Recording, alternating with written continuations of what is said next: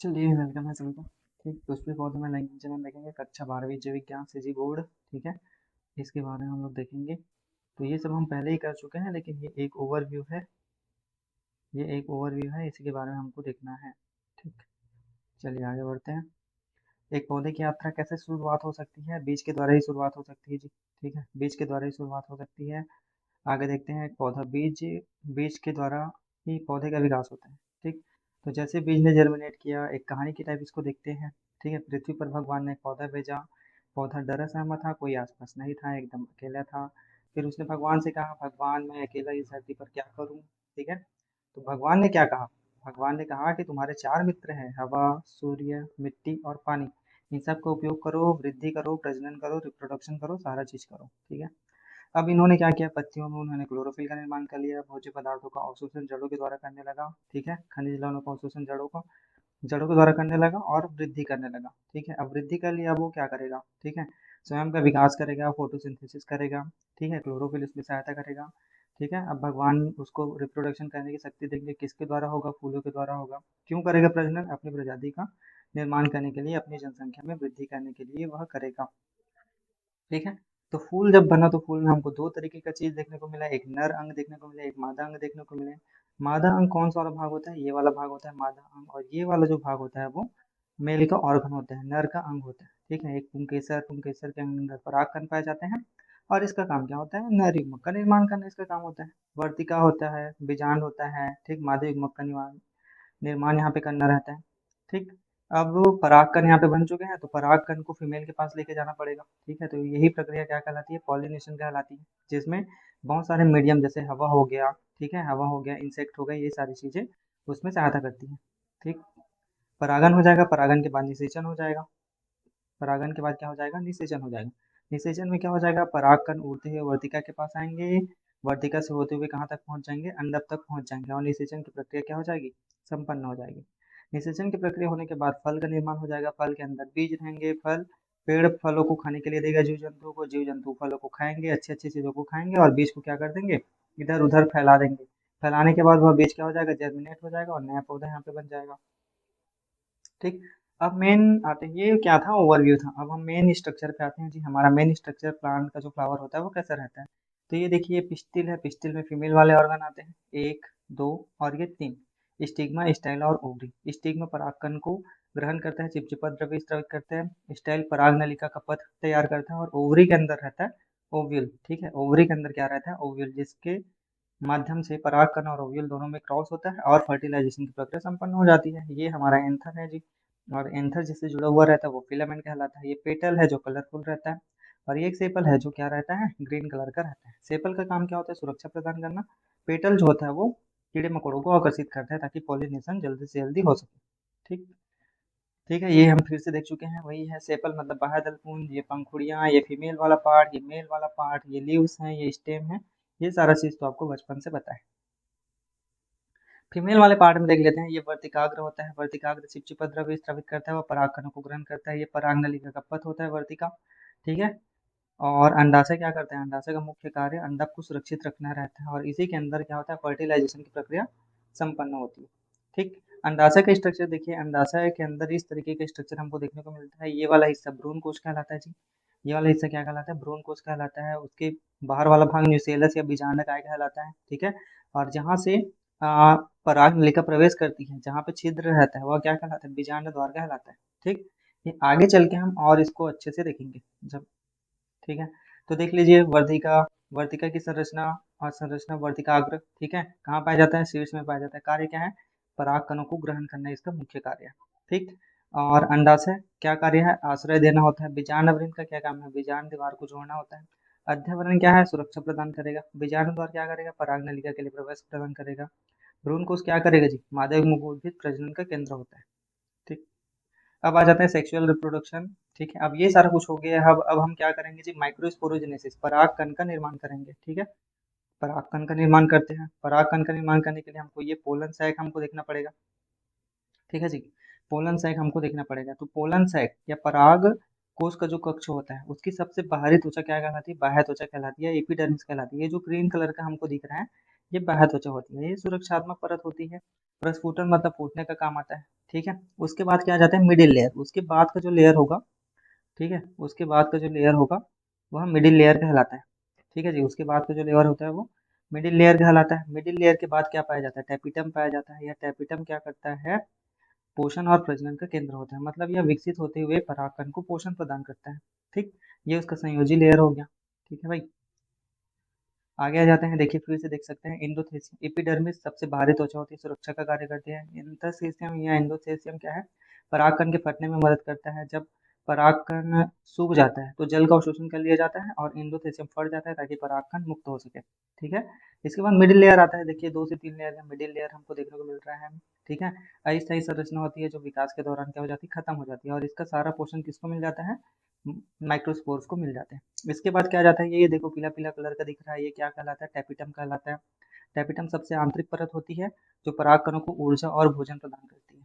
ठीक है, तो ये पूछा जा सकता है, सबसे पहले बाह्य त्वचा, फिर इंडोथेसियम, फिर मिडिल लेयर, फिर टैपिटम, ये सभी कैसे पाए जाते हैं, इन सभी का कार्य क्या है और ऊपर से नीचे की तरफ ये कैसे दिखते हैं, ये इस तरीके से दिखाई देगा। ठीक है, अब हम क्या करेंगे, अब तो ये इस तरीके का होता है हमको पता है, लेकिन ये जो माइक्रोस्पोर हमको दिख रहा है इसका निर्माण कैसे होगा, इसके बारे में हमको देखना है भाई।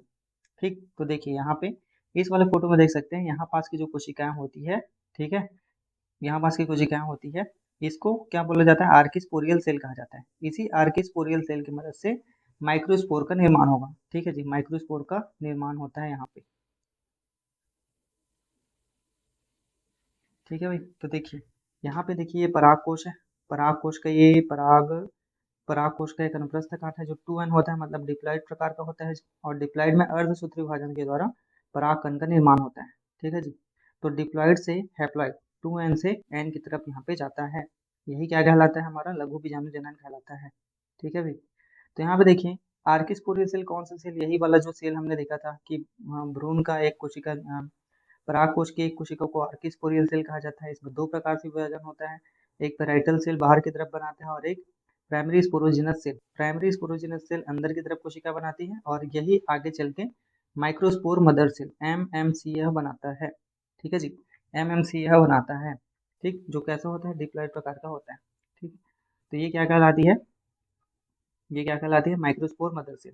अब यही माइक्रोस्पोर मदर सेल क्या बनाएगा, माइक्रोस्पोर्स बनाएगा जो हैप्लॉइड प्रकार का होगा जी। ठीक है, यहाँ पे देखिए 2n है। ठीक है, ये मदर सेल है, मदर सेल कौन सा सेल, ये वाला।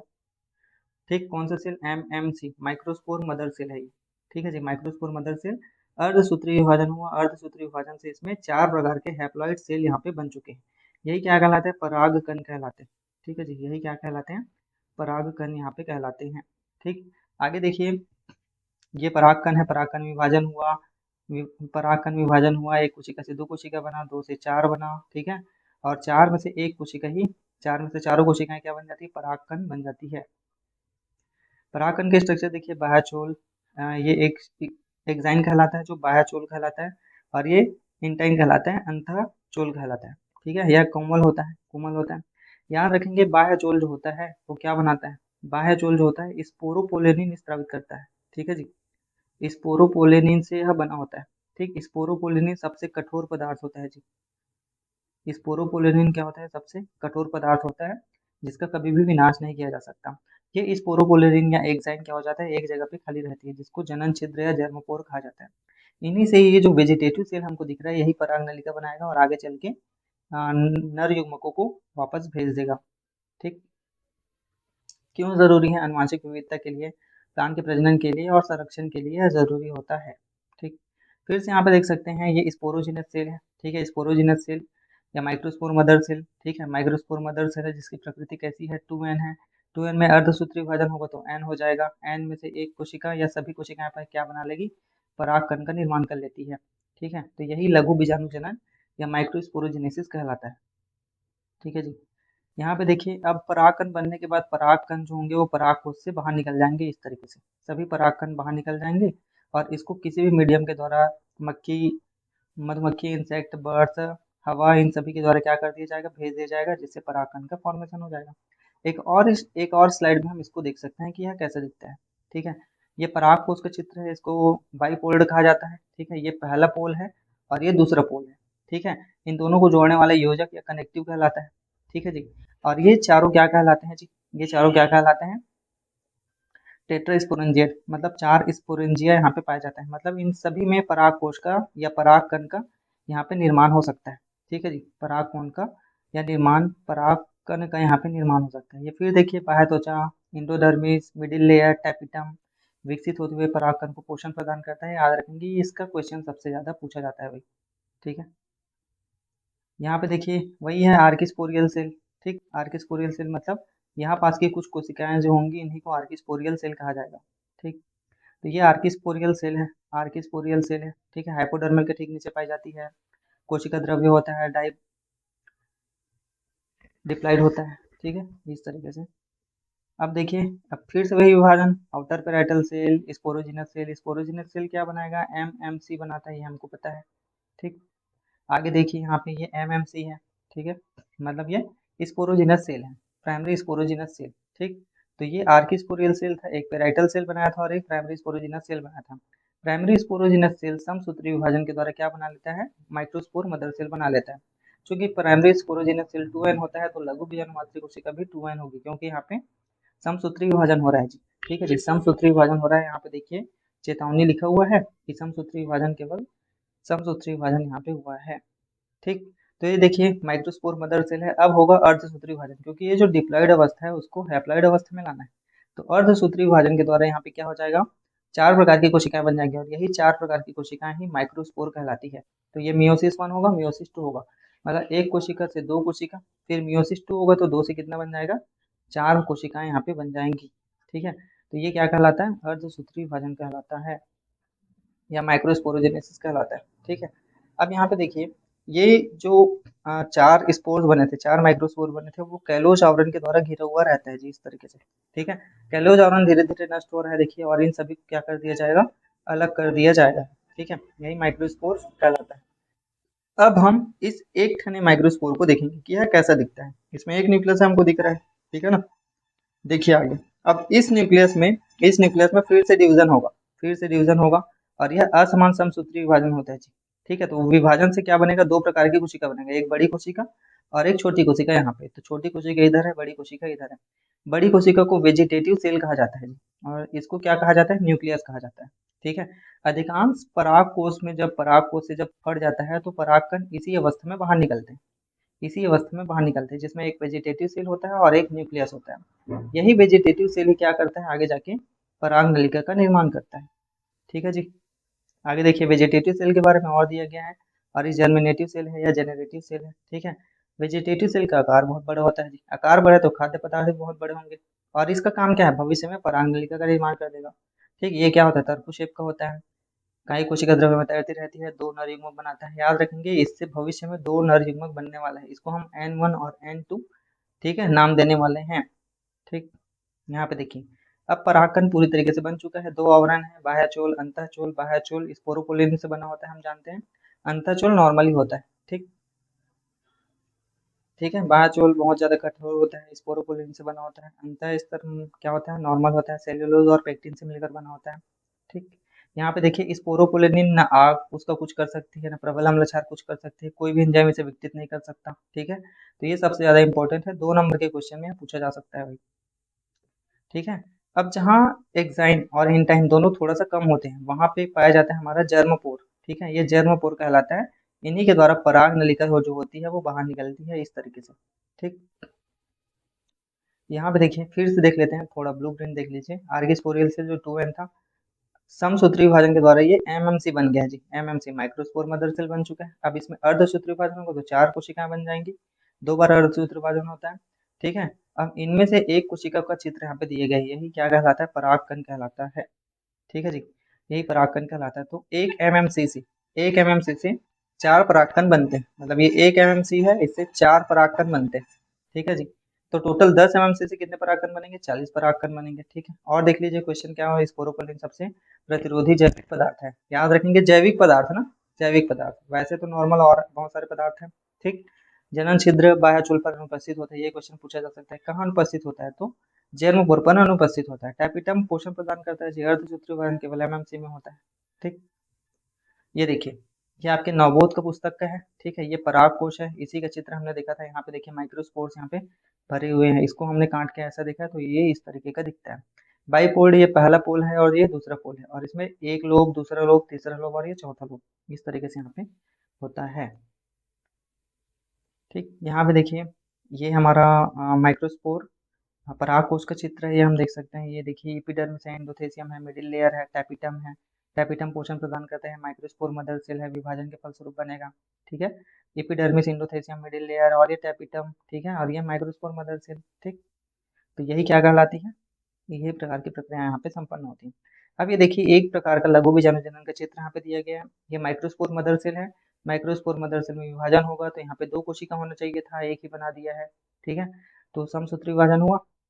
नहीं नहीं, polar mother cell, microspore mother cell, ये 2n होगा तो अर्धसूत्री विभाजन होगा। अर्धसूत्री विभाजन से 2 कोशिका बना है यहाँ पे, 2 से बन जाएगा 4, 4 ठने दिख रहा है। इन चारों को क्या बोल दिया जाता है? टेट्राड कह दिया जाता है। ठीक, ये क्या है? टेट्राड है। ठीक है जी, टेट्राड। अब इस टेट्राड में क्या हो जाएगा, इस तरीके से हो जाएगा, ये जो लॉक है ये खुल जाएगा, इनमें 3 ठंडे दिख रहा है, ये चौथा ये वाला है। ठीक, चौथा ये वाला है। ठीक है, ये चारों की तरफ क्या बन जाएगा, एक्साइन और इंटाइन बनना चल हो जाएगा, और यही क्या कहलाएगा, परागकण कहलाएगा। ये देखिए एक्साइन दिया है, इंटाइन दिया है। यहाँ देखिए एक्साइन कम है तो जर्म पोर कह दिया गया है, न्यूक्लियस है, ये साइटोप्लाज्म है। यहाँ पे वेजिटेटिव सेल होना चाहिए, नहीं दिया है। ठीक है, वेजिटेटिव सेल भी यहाँ पे बना लेंगे। ठीक, फिर यहाँ पे देखिए ये क्या है भाई, माइक्रोस्पोर मदर सेल का 2 तरीके से विभाजन होता है, एक सक्सेसिव टाइप का होता है और एक साइमल्टेनियस टाइप का होता है। सक्सेसिव टाइप में 2 प्रकार की कोशिकाएं बनती है जो ऊपर और नीचे लगी रहती हैं, फिर इसमें अगल और बगल फिर से विभाजन होता है।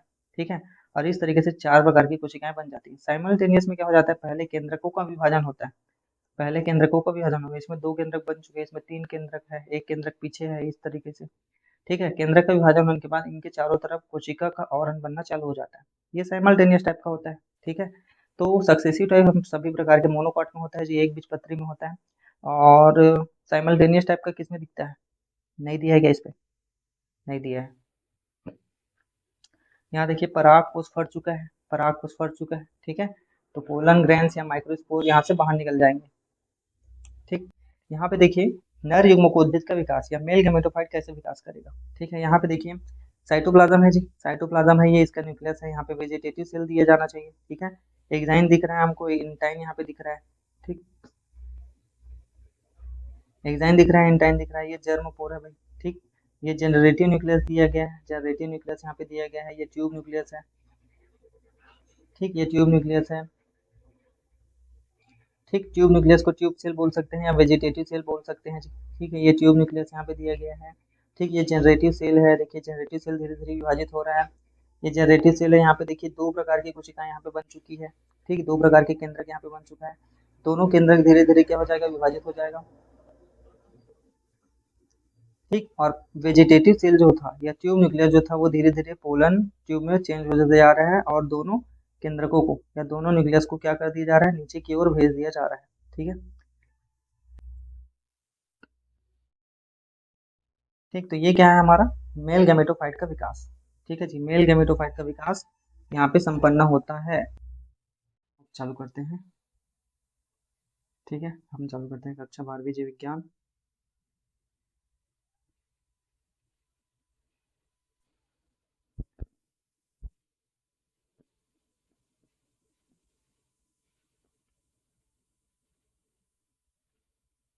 ठीक है, पुष्पी पौधों में लैंगिक जनन हम देखेंगे।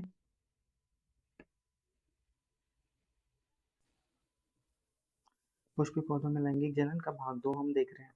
ठीक है, चलिए चालू करते हैं।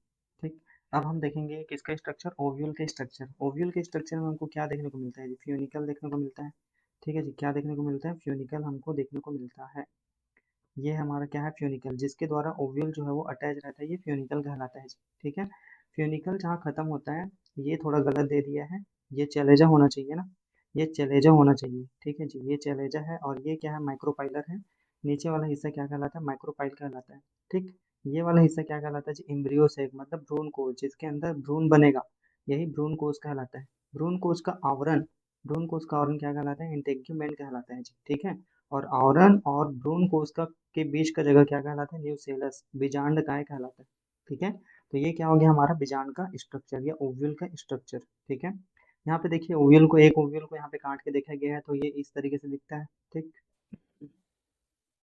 ठीक है। ये देखिए हमारा उसका स्ट्रक्चर है, ओव्यूल का स्ट्रक्चर है। ये देखिए माइक्रोस्कोप में इस तरीके से दिखता है। ठीक, ये ओव्यूल का स्ट्रक्चर है। ऊपर देखिए चलेजा है, ये फ्यूनिकल है, फ्यूनिकल है। ठीक है, ये वाला स्थान क्या कहलाता है? हाइलम कहलाता है। हाइलम के नीचे वाला स्थान चलेजा कहलाता है। ठीक है ना, हाइलम के नीचे वाला स्थान क्या कहलाता है? चलेजा कहलाता है। ठीक, ये क्या कहलाता है? Integument, outer integument, inner integument कहलाता है। बीच वाली जगह क्या कहलाती है? न्यूसेलस मतलब बीजांड काय कहलाती है। ठीक है, और ये क्या है हमारा? एम्ब्रियो सैक मतलब भ्रूण कोश, जिसके अंदर भ्रूण बनेगा। ठीक है, और ये खाली जगह क्या कहलाती है? माइक्रोपाइल कहलाती है। ठीक है जी, ये खाली जगह क्या कहलाती है? माइक्रोपाइल कहलाती है। ठीक, हम यहाँ पे फोटो में देख सकते हैं। ठीक है, ये हम फोटो में देख सकते हैं, ये हम फोटो में देख सकते हैं। ये हमारा ओव्यूल का स्ट्रक्चर है। ठीक है जी, ओव्यूल का स्ट्रक्चर है। ये फ्यूनिकल है जी, ये फ्यूनिकल है।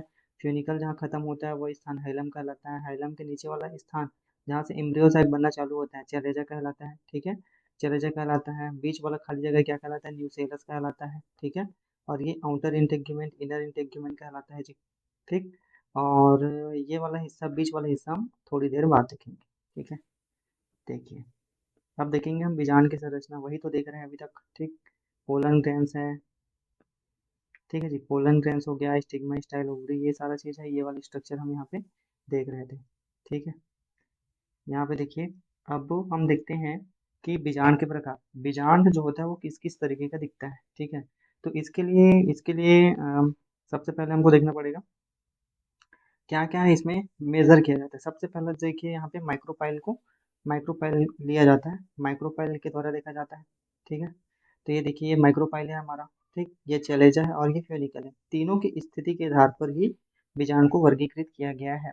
ठीक है जी, तो ऑर्थोट्रोपस ओव्यूल में क्या हो जाता है? एम हो गया, ठीक है, सी हो गया और एफ, एम सी एफ ये तीनों एक ही सीध में होता है। ये ऑर्थोट्रोपस ओव्यूल कहलाता है। ठीक है, किस में पाया जा सकता है? जिम्नोस्पर्म में पाया जाता है जी, और काली मिर्च और पान में यह पाया जाता है। ठीक है भाई, आगे बढ़ते हैं। दूसरा होता है हेमी एनाट्रोपस। देखिए ऑर्थोट्रोपस कैसा था? सीधा था। हेमी एनाट्रोपस कैसा हो जाएगा? इस तरीके से तिरछा हो जाएगा और 90 डिग्री का एंगल यहाँ पे बनाएगा।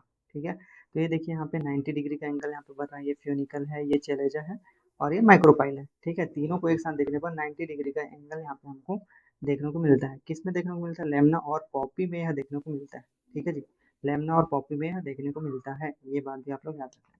ठीक, तीसरा होता है एनाट्रोपस ओव्यूल। अब हमने देखा ऑर्थो सीधा होता है। ठीक है, हेमी एनाट्रोपस ऐसा होता है और एनाट्रोपस क्या हो जाएगा? ये यहाँ पे मुड़ के ऐसे आ जाएगा। ठीक है, तो ये देखिए माइक्रोपाइल और फ्यूनिकल दोनों पास पास में आ गए हैं और ये पूरी तरीके से इस तरीके से मुड़ चुका है। ठीक है, तो 180 डिग्री का एंगल यहाँ पे बन रहा है। ठीक, पहले सीधा था, 90 हुआ, वापस यहाँ पे आ गया। ठीक है ना, तो 180 डिग्री का एंगल यहाँ पे बन रहा है ना। ठीक, तो ये क्या कहलाता है? हमारा एनाट्रोपस ओव्यूल कहलाता है। किस में पाया जाएगा? मटर जो हम खाते हैं, सेमी जो हम खाते हैं और अरंडी जो हम खाते हैं, उसमें ये सारा कुछ पाया जाता है। ठीक, फिर आते हैं एम्फिट्रोपस। एम्फिट्रोपस ओवियल में क्या हो जाता है? घोड़े की नाल के जैसा हो जाता है जी, घोड़े के नाल के जैसा भ्रूणकोश हो जाता है। नहीं, ये गलत है, घोड़े के नाल के जैसा नहीं होता। एम्फिट्रोपस में जो ओव्यूल होता है थोड़ा सा क्या हो जाता है? थोड़ा सा मुड़ जाता है। ठीक है, तो ये नींबू और नारंगी में यहाँ पाया जाता है। ठीक, फिर वक्रवर्त कैम्पैलोट्रोपस। ठीक है, कैम्पैलोट्रोपस, कैम्पैलोट्रोपस किस में पाया जाता है? क्रूसीफेरी में पाया जाता है। इसमें भी भ्रूणकोश में थोड़ी वक्रता आ जाती है और ये भी घोड़े की नाल के जैसा दिखता है। ये वाला है घोड़े की नाल वाला। ठीक है, थोड़ा सा मिस्टेक हो गया था। ठीक, सर्सिनोट्रोपस देखिए, सर्सिनोट्रोपस में क्या हो जाता है? फ्यूनिकल लंबाई में बढ़ जाता है और पूरा 360 डिग्री घूम जाता है। ठीक है, यही क्या कहलाता है? हमारा सर्सिनोट्रोपस कहलाता है। देखिए यहाँ पे देखिए फ्यूनिकल, चैलेजा और माइक्रोपाइल ये तीनों एक ही सीध में होते हैं। ठीक है, तो ये क्या कहलाता है? कुंडलित कहलाता है। 360 डिग्री का एंगल बनता है। किस में पाया जाता है? नागफनी और कैक्टस में पाया जाता है। ठीक, नागफनी कैसा कुंडली मार के बैठता है ना, इस तरीके से नाग नाग कुंडली मार के बैठता है। कैक्टस, ठीक, ठीक है, तो इस तरीके से याद रखेंगे, नागफनी और कैक्टस। ठीक है, ये सर्सिनोट्रोपस। ठीक, देखिए एक बार और देख लेते हैं। ठीक, ऑर्थोट्रोपस कैसा होता है? हम देखे थे सीधा होता है, 0 डिग्री का कोण बनता है। ठीक, एम सी एफ सीधी रेखा में होता है। काली मिर्च पान जिम्नोस्पर्म में पाया जाता है। ठीक, हेमिनोट्रोपस 90 डिग्री का एंगल बनाता है इस तरीके से। ठीक है, ठीक, इस तरीके से यहाँ पे होता है और रेननकुलस, लेमना और पॉपी में पाया जाता है। एनाट्रोपस ओविल 180 डिग्री उल्टा होता है। ठीक है, 180 डिग्री उल्टा होता है। मटर, सेम, अरंडी इसमें पाया जाता है। ठीक, टोटल 82% पौधों में यह पाया जाता है। कैम्पैलोट्रोपस, ठीक है। कैम्पेलोट्रोपस होता है क्रूसीफेरी और मिराबिली जलापा में पाया जाता है। एम्फीट्रोपस घोड़े की नाल के जैसा हो जाता है। ठीक है जी, घोड़े की नाल, अच्छा वो सही था, जो लिखा गया था वो सही था जी, सही को ही पढ़ेंगे। ठीक है, नींबू और नारंगी में पाया जाता है। सर्सिनोट्रोपस नागफनी में पाया जाता है जी। ठीक, 360 डिग्री किस में होता है? सर्सिनोट्रोपस। सर्सिनो से याद रखेंगे सर्कल, ठीक है, क्योंकि सर्कल जो होता है वो 360 डिग्री का होता है। ठीक है, तो इस तरीके से इसको हमने याद कर लिया है। ये आपके पुस्तक में दिया गया है। ठीक, ये कौन सा पुस्तक का है जी? नवबोध पुस्तक का है, हम बार बार बता चुके हैं। ठीक है, तो देखिए ये हो गया तुम्हारा सीधा सीधा है ऑर्थोट्रोपस ओव्यूल, थोड़ा सा आ, झुक गया है, उल्टा हो गया है एनाट्रोपस ओव्यूल। ठीक है, 90 डिग्री हो गया है हेमी एनाट्रोपस। ठीक है, और घोड़े की नाल के जैसा हो गया है तो एम्फीट्रोपस। ठीक है, थोड़ा सा वक्रता आ गई है तो क्या हो जाएगा? कैम्पेलोट्रोपस। और ये क्या है हमारा? सर्सिनोट्रोपस। ठीक, तो इस तरीके से इसको याद करेंगे। ठीक है, अब हम आ जाते हैं, हमने ओव्यूल का स्ट्रक्चर देख लिया। अब ओव्यूल के अंदर ही क्या बनता है? मेगास्पोर बनता है। ठीक है जी, तो मेगास्पोर के बारे में हम देख लेंगे। ये देखिए क्या है? ये मेगास्पोरोसाइट है। ठीक है, अब मेगास्पोरोसाइट में विभाजन होगा, दो नई कोशिकाएं बन जाएंगी। दो से कितना बन जाएगा? चार बन जाएगा। ठीक है, चार में से तीन ठंडे जो होगा वो खत्म हो जाएगा और एक ठंड जो है वो जीवित रहेगा। ठीक है, ये हम पहले ही देख चुके हैं। ठीक, ये देखिए मेगास्पोरोसाइट है, विभाजन हुआ, दो ठने बन गया, दो से बन गया चार, चार में से तीन खत्म हो गया, एक ठने जीवित रहा, यही फंक्शनल मेगास्पोर कहलाता है। यही फंक्शनल मेगास्पोर आगे जाके क्या बनाएगा? Embryo sac. ठीक है जी, एम्ब्रियो या जाइगोट बनाएगा। ठीक, मेगास्पोरोजेनेसिस को एक बार और देख लेते हैं अभी। ठीक है, ये क्या है? मेगास्पोर मदर सेल है। मेगास्पोर मदर सेल है, इसमें अर्धसूत्री विभाजन होगा तो चार प्रकार की कोशिका बन जाएंगी, एक दो तीन चार। पहली बार एक कोशिका से दो कोशिका बनेगा, फिर दो में दूसरी बार विभाजन होगा अर्धसूत्री, तो चार प्रकार की कोशिकाएं बनेगा। तो ये मेगास्पोर मदर सेल किसमें बन जाएगा जी? मेगास्पोर में चेंज हो जाता है और ये हैप्लॉइड प्रकृति का होता है जी। ठीक है, किसकी प्रकृति का होता है? हैप्लॉइड प्रकृति का होता है। ये क्या कहलाता है? ये क्या कहलाता है? ये मेगास्पोरोजेनेसिस कहलाता है। ठीक, आगे देखते हैं कैसे आरंभ होगा। ठीक है, ये देखिए ये हमारा ओव्यूल का स्ट्रक्चर है इस तरीके से, और इसमें यहाँ पास की जो कोशिकाएं हैं, यहीं पास की जो कोशिकाएं हैं, ये न्यूसेलस है जी। न्यूसेलस हमने नाम दिया था ना, बीजांडकाय। बीजांडकाय की एक कोशिका भोज्य पदार्थ को ग्रहण करके थोड़ी बड़ी हो जाती है और क्या कहलाती है? प्राइमरी आर्किस्पोरियल सेल कहलाती है। ठीक है जी, आर्किस्पोरियल सेल कहलाती है। इसी में भी विभाजन होगा, पेरिक्लाइनल डिवीजन होगा, ठीक है, लोअर डिवीजन होगा और नई नई कोशिकाएं यहाँ पे बनेंगी। ठीक, primary archesporial cell, primary archesporial cell दो प्रकार की कोशिकाएं बनाता है, ऊपर की तरफ पेराइटल सेल और नीचे की तरफ स्पोरोजिनस सेल। ठीक है, तो ये देखिए प्राइमरी पेराइटल सेल यहाँ पे बन चुका है, प्राइमरी स्पोरोजिनस सेल यहाँ पे बन चुका है। ठीक है, प्राइमरी स्पोरोजिनस सेल ही आगे चल के क्या बनाएगा? मेगास्पोर मदर सेल बनाएगा। ठीक है, और प्राइमरी पेराइटल सेल क्या बनाता है? आवरण बनाता है उसका। ठीक, ये देखिए ये एक मेगास्पोर मदर सेल है, इसमें अर्धसूत्री विभाजन वन हुआ तो दो कोशिकाएं बना, दो में फिर से अर्धसूत्री विभाजन द्वितीय हुआ तो चार कोशिका बना, एक दो तीन और चार। ठीक है, चारों का कैलोस का आवरण खुल जाएगा और चार नई कोशिकाएं बन जाएंगी इस तरीके से। इसको टेट्रॉड कहा जाता है। क्या कहते हैं इसको? टेट्रॉड, या चार गुरु बीजाणु ध्वनियों का समूह कहा जाता है। इनमें से तीन क्या हो जाएंगे? डिलीट हो जाएंगे, सभी अपना पोर्शन किसको दे देंगी? चौथे वालों को दे देंगी, जिससे यह फंक्शनल मेगास्पोर कहलाएगा। ठीक है, तो ये क्या कहलाता है? हमारा मेगास्पोरोजेनेसिस। ठीक है, अब ये जो टेट्राड बना था, इस तरीके से टेट्राड बना था, वो अलग अलग प्रकार का हो सकता है। एक रेखा में हो तो लीनियर इसको बोल दिया जाएगा। टी आकार का है, ये देखिए टी आकार का है तो टी आकार का हो जाता है ये मूसा। लीनियर सबसे सामान्य प्रकार है, सभी प्रकार के पौधे में यहाँ पाया जाता है। ठीक, चारों अलग अलग हों तो ये डिक सेट कहलाता है जी। ठीक है, अर्जीनिया इंडिका में यह पाया जाता है। और आइसोबाइलेटरल, सभी एक समान हो और आगे पीछे लगा हुआ। ठीक है, डेस्मोडियम में यह पाया जाता है, आइसोबाइलेटरल इसको कहते हैं। ठीक, ठीक है, अब जो देखिए चार मेगास्पोर बना था, ठीक है, उसमें हमने देखा है कि तीन डिलीट हो जाएंगे और सभी अपना पोर्शन इसको दे देंगे।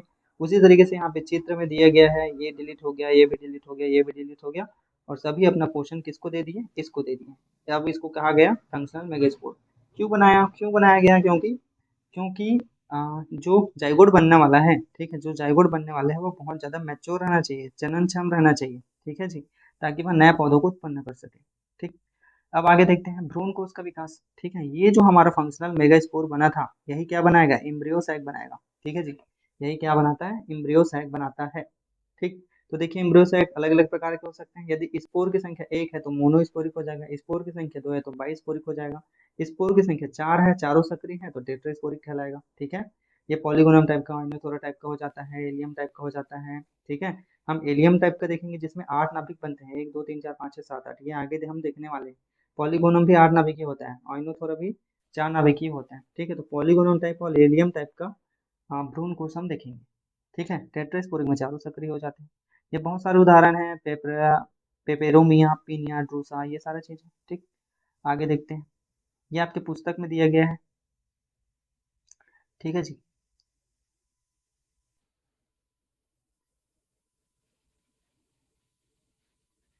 ये आपके पुस्तक में दिया गया है, इसको थोड़ा देख लेते हैं, ठीक। ये हम फिर से वही देख रहे हैं, ठीक है। ये सारा कुछ हमने देख लिया है। ये प्राइमरी आर्किस्पोरियल सेल है जी, ठीक है।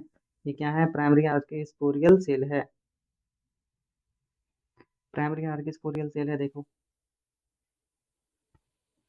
ठीक। प्राइमरी आर्किस्पोरियल सेल है, विभाजन हुआ, स्पोरोजिनस सेल बनाया, प्राइमरी स्पोरोजिनस सेल बनाया, स्पोरोजिनस सेल आगे चल के मेगास्पोर बना लिया, एक पेराइटल सेल बनाया ऊपर की तरफ, ठीक है। और ये मेगास्पोर ये नीचे की तरफ बनाया। मेगास्पोर मदर सेल विभाजन क्या है? ये देखिए, ऊपर की तरफ और ये नीचे की तरफ दो बन गया, दो से दो कोशिकाएं बन गई। फिर विभाजन होगा, चार कोशिका बनेगा, एक दो तीन और ये चार, ठीक है। चार में से ये तीन क्या हो जाएगा? डिलीट हो जाएगा और एक ठनेबल जीवित रहेगा, ठीक है। ये फंक्शनल मेगास्पोर कहलाता है, ठीक। ये क्या कहलाता है? फंक्शनल मेगास्पोर यह कहलाता है, ठीक है जी। ये क्या कहलाता है? फंक्शनल मेगास्पोर यह कहलाता है। तो ये देखिए, ये क्या है? हमारा फंक्शनल मेगास्पोर है जी, ठीक है। फंक्शनल मेगास्पोर है, इसी के बारे में हमको देखना है। तो यही आगे चल के क्या बनाएगा? एम्ब्रियो सैक बनाएगा। क्या बनाएगा जी?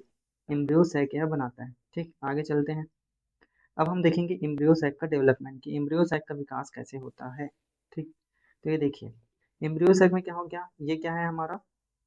ये फंक्शनल मेगास्पोर है जी। फंक्शनल मेगास्पोर जो बना था, तीन ठने डिलीट हुआ था और एक ठने बचा था, तो यही आगे चल के क्या बना लेगा?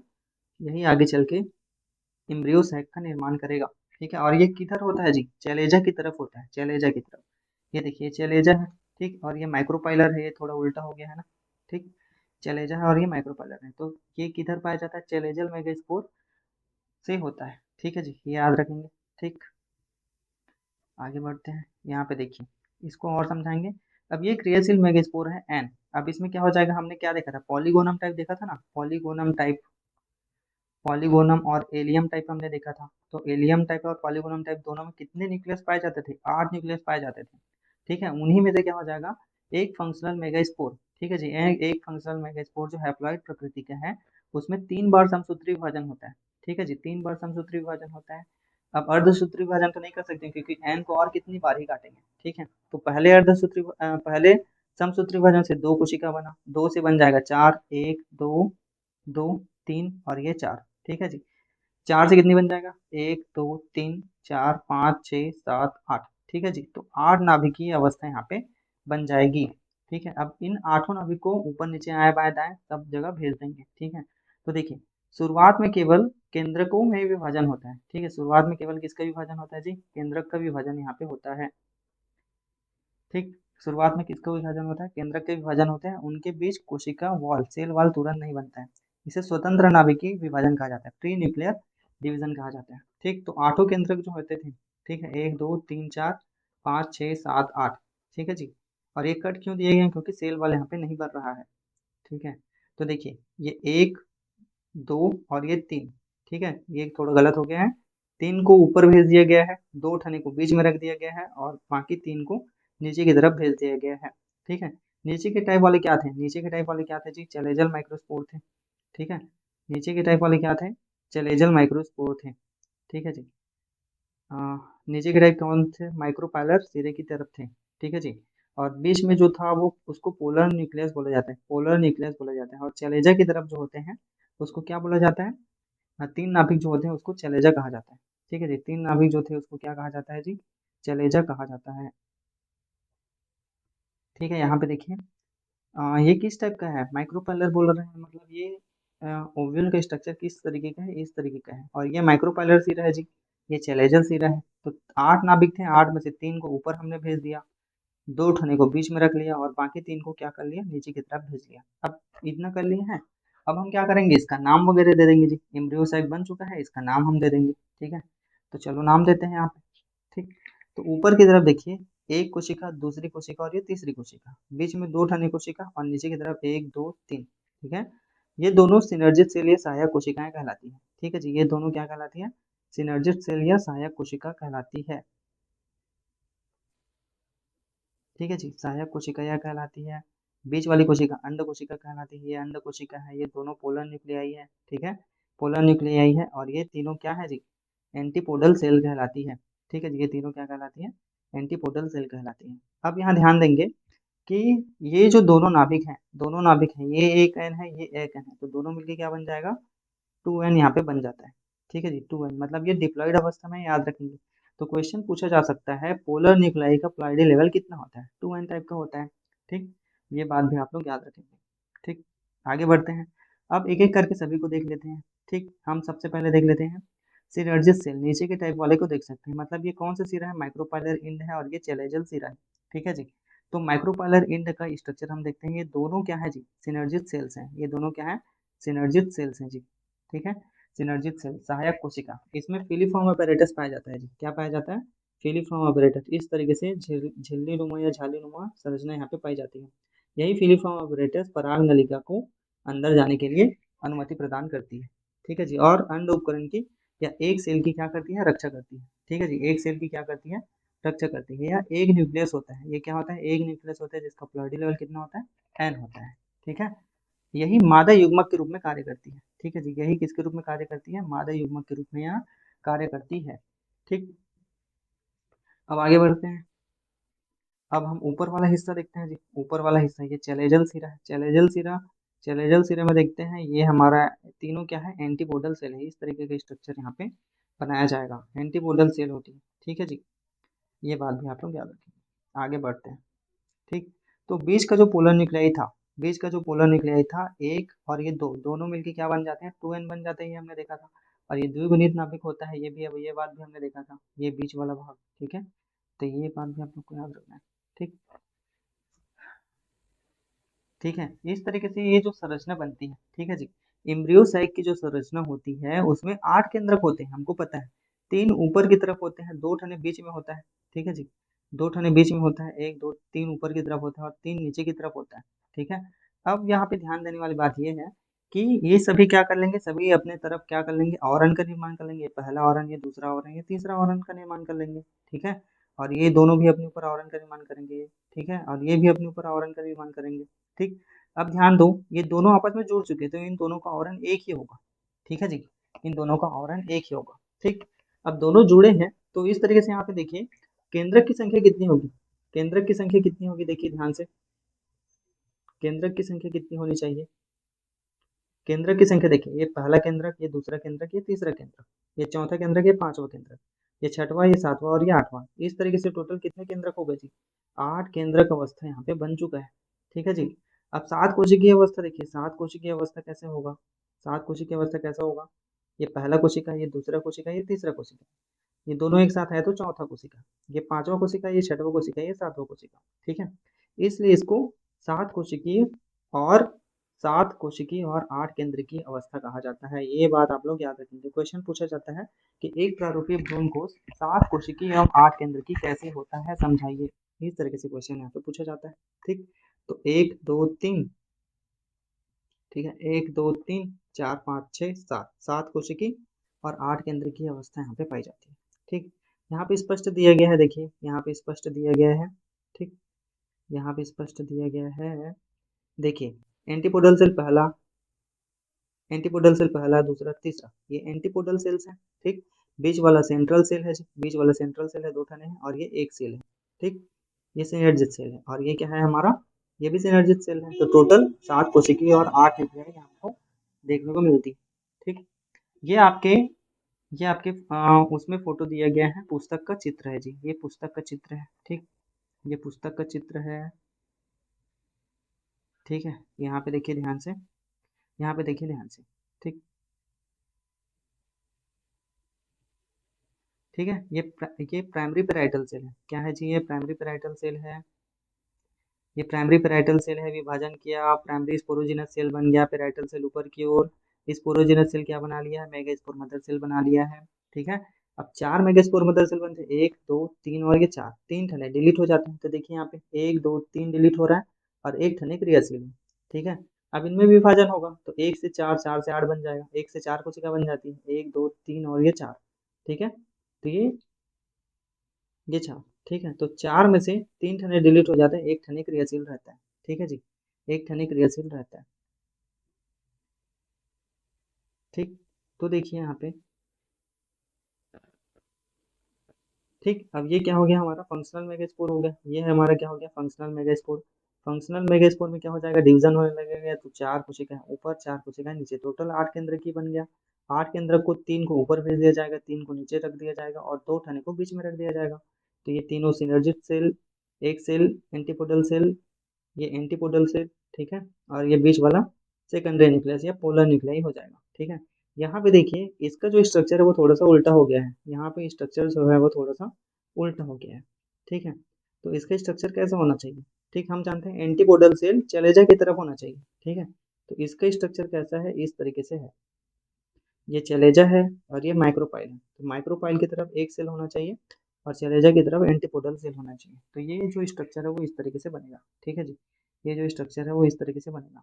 ठीक, आगे बढ़ते हैं। यहाँ पे ये फिर से वही दे दिया गया है, देखिए ये फिर से दे दिया गया है एंटीपोडल सेल। ठीक है, एंटीपोडल सेल यहाँ पे दिया है, सेंट्रल वैक्यूल यहाँ पे दिया है, पोलर न्यूक्लियाई, एक nucleus synergic cell, filiform apparatus, ये सारा कुछ दिया गया है।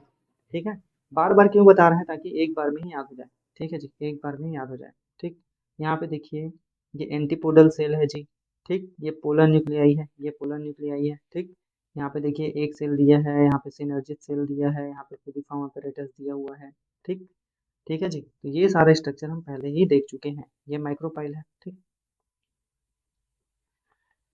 ठीक है, अब देखते हैं, अब हमने क्या देख लिया, अब हमने देख लिया परागकण के स्ट्रक्चर हमने देख लिया, ओव्यूल के स्ट्रक्चर हमने देख लिया, मेगास्पोरोजेनेसिस हमने देख लिया, माइक्रोस्पोरोजेनेसिस हमने देख लिया।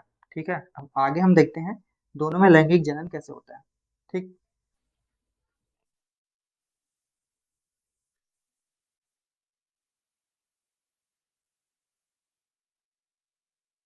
ठीक है, यहाँ पे देखिए सबसे पहले हमको क्या देखने को मिलता है, यहाँ पे हमको देखने को मिलता है एपिडर्मिस। ठीक है, यहाँ पे हमको क्या देखने को मिलता है, एपिडर्मिस हमको देखने को मिलता है। एपिडर्मिस क्या होता है, एक लेयर का होता है और सुरक्षा प्रदान करता है जी। ठीक है, मिडिल लेयर देखिए, मिडिल लेयर 2 से 3 लेयर का होता है। ठीक है, और यह फटने में मदद करता है। ठीक, फिर आ जाता है हमारा टैपिटम, सबसे लास्ट लेयर होता है जो परागकण को पोषण प्रदान करता है। ठीक है जी, परागकण को क्या प्रदान करता है, पोषण प्रदान करता है। जब ये परिपक्व हो जाएंगे तब ये फट जाएंगे और परागकण को क्या कर दिया जाएगा, मुक्त कर दिया जाएगा। ठीक है, परागकण को यहाँ से मुक्त कर दिया जाएगा। ठीक है जी, परागकण को यहाँ से मुक्त कर दिया जाएगा। ठीक, आगे बढ़ते हैं।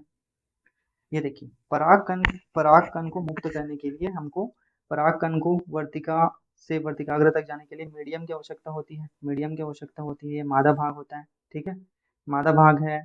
मीडियम में क्या हो सकता है, हवा, पानी, ये सारा कुछ हो सकता है जी। ठीक, यही प्रक्रिया क्या कहलाती है, परागन की प्रक्रिया कहलाती है।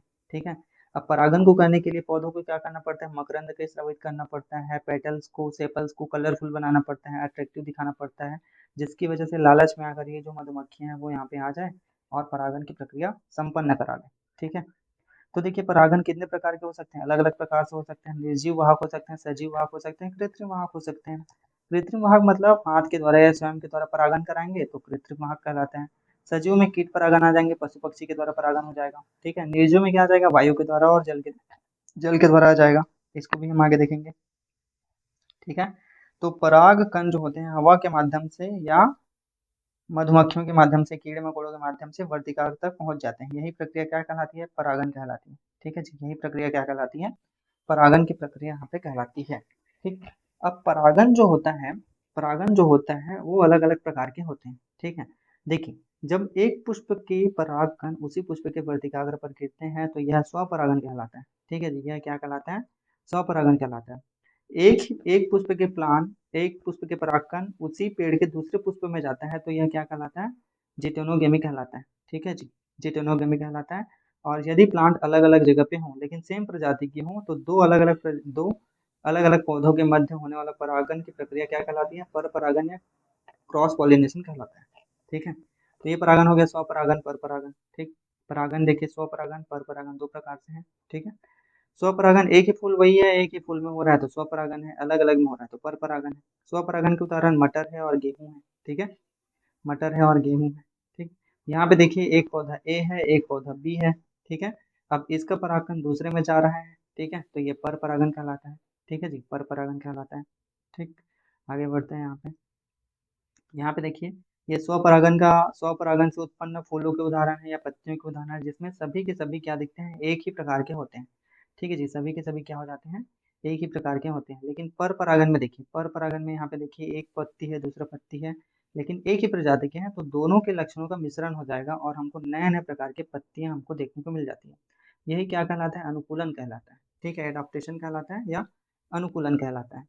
ठीक है भाई, आगे देखिए, वही है स्वपरागन और पर परागन। एक ही फूल अलग अलग फूल, एक ही पौधा अलग उसी प्रजाति के दो पौधे। आनुवंशिक विविधता नहीं है जी, यहाँ पे है। ठीक है, मटर और गेहूं और अन्य प्रजातियां हैं। ठीक, यहाँ पे देखिए एम्ब्रियो साइक का डेवलपमेंट आ गया यहाँ पे। ठीक है, तो फंक्शनल मेगास्पोर है, 1 2 3 4 यहाँ पे बन चुका है। 4 में से एक क्रियाशील रहेगा। ठीक है, एक क्रियाशील होगा, फंक्शनल मेगास्पोर, विभाजन होगा। एक से कितनी प्रकार की कोशिकाएं बन जाती है, 8 प्रकार की, पॉलीगोनम और एलियम टाइप का। ठीक है, 4 में से 3 को ऊपर भेज दिया जाएगा, 3 को नीचे भेज दिया जाएगा, बीच में 2 ठने को रख दिया जाएगा। तो ये देखिए 3 ऊपर है, 2 बीच में है और 3 नीचे में है। ठीक है, यही क्या कहलाता है, एम्ब्रियो सैक कहलाता है। आगे देखिए यहाँ पे पॉलिनेशन और उसके प्रकार। ठीक है जी, ये हम फिर से वही देख रहे हैं, ये पॉलिनेशन है। सेल्फ पॉलिनेशन उसी पौधे में हो रहा है तो सेल्फ पॉलिनेशन, अलग अलग पौधे में हो रहा है, एक ही पौधे के 2 फूलों में हो रहा है तो जिटोनोगेमी हो जाएगा। ठीक है, क्रॉस पॉलिनेशन एक ही प्रजाति के अलग अलग पौधे में हो रहा है तो क्रॉस पॉलिनेशन। ठीक है, क्रॉस पॉलिनेशन 2 तरीके से हो सकता है जी, एक बायोटिक फैक्टर, एक एबायोटिक फैक्टर। ठीक है, पहला एंटोमोफिली, ठीक है, दूसरा ऑर्निथोफिली। कीड़े मकोड़ों के द्वारा होता है, इंसेक्ट के द्वारा होता है तो एंटोमोफिली कहलाता है। ठीक है, ऑर्निथोफिली मतलब बर्ड के द्वारा परागकण। ठीक है, बर्ड के द्वारा परागकण, जैसे यहाँ पे हमिंग बर्ड का फोटो यहाँ पे दिया गया है। ठीक है, कैरेप्टेरोफिली मतलब बैट्स के द्वारा या चमगादड़ के द्वारा हुआ परागकण कैरेप्टेरोफिली कहलाता है। उदाहरण क्या हो जाएगा, कदम्ब का वृक्ष। ठीक है जी, कदम के वृक्ष में इस प्रकार का पॉलिनेशन पाया जाता है। ठीक, एक एनिमोफिली मतलब हवा के द्वारा, मक्का में होता है, गेहूं में होता है, धान में होता है। ठीक, हाइड्रोफिली मतलब जल के द्वारा परागन। ठीक है जी, जल के द्वारा परागन, ये वेलिसनेरिया का प्लांट है जी। ठीक, अब हम आ जाते हैं स्वपरागन से लाभ एवं हानियां। ठीक है जी, स्वपरागन से लाभ एवं हानियां, क्या क्या लाभ यहाँ पे हो सकती है। पहला, स्वनिषेचन संभव हो जाता है। स्वनिषेचन मतलब उसी प्लांट का परागकण उसी में जाके गिर रहा है। ठीक है, तो ऐसे में क्या हो जाएगा, एक ही फूल में हो रहा है तो संतति में अनुवांशिक शुद्धता हो जाएगी। ठीक है, सेम सेम कैरेक्टरिस्टिक देखने को मिलेंगे, पेरेंट्स का भी वही होगा, इसका भी वही होगा। ठीक है, अनुकूल गुणों का संरक्षण मतलब जो गुण चाहिए, लंबा है तो लंबा है, बौना है तो बौना है, वही गुण बार बार जाते जाएगा। ठीक है, परागकण कम चाहिए क्योंकि वहीं पे जाना है, ज्यादा दूर तो जाना नहीं है। ठीक है, पॉलिनेटर की आवश्यकता नहीं है, किसी भी प्रकार के मकरंद की आवश्यकता नहीं है, फूलों को सुंदर बनाने की कोई जरूरत नहीं है। ठीक है, ये सारी चीजें इसके लाभ है। हानियां क्या क्या हो सकती है, संतति में हाँ मतलब संतति अच्छा रहेगा, स्ट्रॉन्ग रहेगा, कैसा रहेगा, इसकी कोई गारंटी नहीं है। आनुवंशिक विविधता की भी कोई गारंटी नहीं है क्योंकि वही वही हो रहा है। ठीक है, रोग प्रतिरोधक क्षमता में कमी हो जाएगी। ठीक, इन ब्रीडिंग डिप्रेशन स्वतः संतति में गिरावट हो जाती है। ठीक है, ठीक है जी, तो ये सारी प्रक्रिया स्वतः संतति में गिरावट हो जाती है। ये सारी प्रक्रिया यहाँ पे स्वपरागन से लाभ एवं हानि को हम देखते हैं। पर परागन से लाभ एवं हानि देखिए। ठीक है, तो जो स्वपरागन का हानि था वही इसका लाभ हो जाएगा। देखिए, अधिक फसल उत्पादन कर सकते हैं, जेनेटिक डाइवर्सिटी कर सकते हैं, रोग प्रतिरोधक क्षमता, नए नए रोग मतलब रोगों से लड़ने की क्षमता यहाँ पे हो जाएगी। ठीक है, अनुकूल क्षमता विषम परिस्थिति में जीवित रहने की, जैसे बाढ़ आ गया। ठीक है, बाढ़ आ गया, भूकंप आ गया, ठीक है, सूखा आ गया, ऐसी स्थिति में सहन कर सकता है। परागन निश्चित हो सकता है यदि परागनकर्ता उपलब्ध है, कीड़े मकोड़े, बटरफ्लाई, इंसेक्ट, ये सारी चीजें उपलब्ध है, तब परागन की प्रक्रिया यहाँ पे संपन्न हो सकती है। ठीक है, यदि हानियां क्या क्या है, हानियां क्या क्या हो सकती है, बीज उत्पादन में कमी हो सकती है। ठीक है जी, परागकण के व्यर्थ होने पर कम बीज बन सकते हैं, अवांछित लक्षणों की उत्पत्ति हो सकती है। ठीक है, नए नए लक्षण आ सकते हैं, रोगों का हस्तांतरण हो सकता है, एक पौधा इधर है, एक पौधा इधर है, इसका रोग इसमें जा सकता है, इसका रोग इसमें जा सकता है। ठीक, पराग कणों का अपव्यय होता है, ज्यादा परागकण क्या हो जाते हैं, कम हो जाते हैं, व्यर्थ हो जाते हैं। ठीक, यह है स्व अनिषेकजन्यता। ठीक है जी, सेल्फ इनकैपेबिलिटी। ठीक है जी, सेल्फ इनकैपेबिलिटी, इसके बारे में आगे देखेंगे। ठीक, सबसे पहले हम देख लेते हैं कीट परागन। ठीक है जी, कीट परागन, परागन के प्रकार आपके एग्जाम में पूछे जाते हैं, कौन कौन से परागन पाए जाते हैं। कीट परागन के बारे में देखते हैं। कीड़े मकोड़ों के द्वारा होने वाला परागन कीट परागन कहा जाता है, एंटोमोफिली कहते हैं। ठीक है, ये किसका पौधा है जी, ये साल्विया का पौधा है। ठीक है, ये किसका पौधा है, साल्विया का पौधा है, साल्विया का पौधा है या साल्विया का फूल है। ठीक है, तो इसमें किस प्रकार से परागन पाया जाता है। ठीक, यहाँ पे देखिए,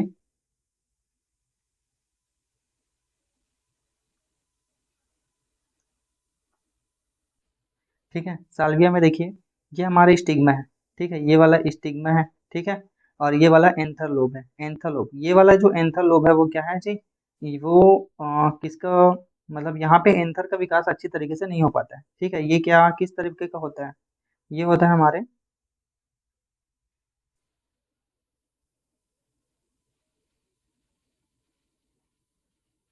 ठीक है जी। तो ये वाला पहला जो चित्र दिया गया है ये बंध प्रकार का है, ठीक है, ये किस प्रकार का है, बंध प्रकार का है, बंध प्रकार का है, इस वजह से इसका परागकण ज्यादातर नहीं विकसित हो पाया है। इस वाले में देखिए इसका जो परागकण है वो फर्टाइल टाइप का है, उर्वर टाइप का है, इसलिए इसका परागकण, पराग कोष पूरी तरीके से हवा में डोल रहा है, मतलब ये मुक्त डोली टाइप का होता है, ठीक है, मुक्त डोली मतलब हवा में हिलता डुलता रहना, ठीक है। और ये इसका फीमेल वाला पार्ट है, स्टिग्मा स्टाइल ओवरी वाला पार्ट है, ठीक है। अब देखिए क्या हो जाता है यहाँ पे, ये देखिए ये इंसेक्ट है, ये इंसेक्ट मकरंद के लालच में, यहाँ पे मकरंद है इसके लालच में यहाँ पे आता है, आने के बाद एंथर जो होता है वो फट जाता है, और एंथर के जो पराग कण होते हैं वो यहाँ पे टिप टिप टिप करके इसके पंख में चिपक जाते हैं, पंख में चिपक जाते हैं, फिर क्या करता है यह उड़ते हुए इधर इधर उड़ते हुए गया, कहाँ पे गया, दूसरे फ्लावर में गया, दूसरे फ्लावर में जाने के बाद क्या हो जाता है, इसके ऊपर में इसके बॉडी में जो परागकण चिपका हुआ था, tip tip tip tip tip चिपका हुआ था, ये वर्तिका के माध्यम से इसके वर्तिका में क्या हो जाते हैं, चिपक जाते हैं, ठीक है जी, वर्तिकाग्र में चिपक जाते हैं, जिससे पॉलिनेशन यहाँ पे संपन्न हो जाता है, ठीक है। तो ये साल्विया में परागन इस तरीके से संपन्न होता है, इसका क्वेश्चन 2 या 3 नंबर में पूछा जाता है भाई, ठीक है, 2 या 3 नंबर में इसका क्वेश्चन पूछा जाता है। ठीक, आगे देखते हैं। ये हमारा ये है हमारा पीपल, बरगद, अंजीर, गुल्लर इत्यादि में परागन, ठीक है, ये हाइपेंथोडियम प्रकार का पुष्प है, इसको आगे अच्छे से समझेंगे। देखिए ये मेल फ्लावर है, ऊपर की तरफ रहता है, ये फीमेल फ्लावर है, नीचे की तरफ रहता है, ये अंडा वाला है, ठीक है, अंडा वाला है, ठीक। ब्लास्टोफेगा, ब्लास्टोफेगा नामक इंसेक्ट यहाँ पे आएगा, ये देखिए ये ब्लास्टोफेगा नामक इंसेक्ट है, ठीक है जी, ब्लास्टोफेगा नामक इंसेक्ट है जो इसके अंदर जाएगा, ठीक। आगे देखिए यहाँ पे देखिए ये है हमारा हाइपेंथोडियम प्रकार का पुष्पक्रम, ठीक है जी, ये है हमारा हाइपेंथोडियम प्रकार का पुष्पक्रम, जिसमें ऊपर की तरफ मेल फ्लावर पाए जाते हैं और नीचे की तरफ ये फीमेल फ्लावर पाए जाते हैं। बीच में देखिए आपको ब्लास्टोफेगा दिख रहा है, ठीक है जी, बीच में आपको क्या दिख रहा है, ब्लास्टोफेगा दिख रहा है, ठीक है। अब इसमें क्या होता है, इसमें क्या होगा देखिए, इसमें क्या हो जाता है, ब्लास्टोफेगा इधर ब्लास्टोसील छिद्र के माध्यम से क्या हो जाता है, ब्लास्टोसील नामक छिद्र के माध्यम से इसके अंदर प्रवेश करते हैं, प्रवेश करने के बाद यहाँ क्या कर देता है, ये अपने अंडे दे देता है, इसमें फीमेल फ्लावर में अंडे दे देता है, ठीक है।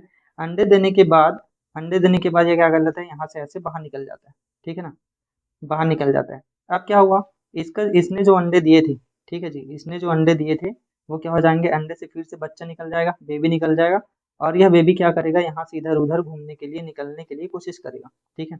निकलने की कोशिश जब करता है तो वो क्या करते हैं, मेल फ्लावर को ऐसे टच करते करते निकलने लगता है, ऐसे ऐसे करके इधर से निकल जाता है, ब्लास्टोसिल से निकल जाता है, ठीक है।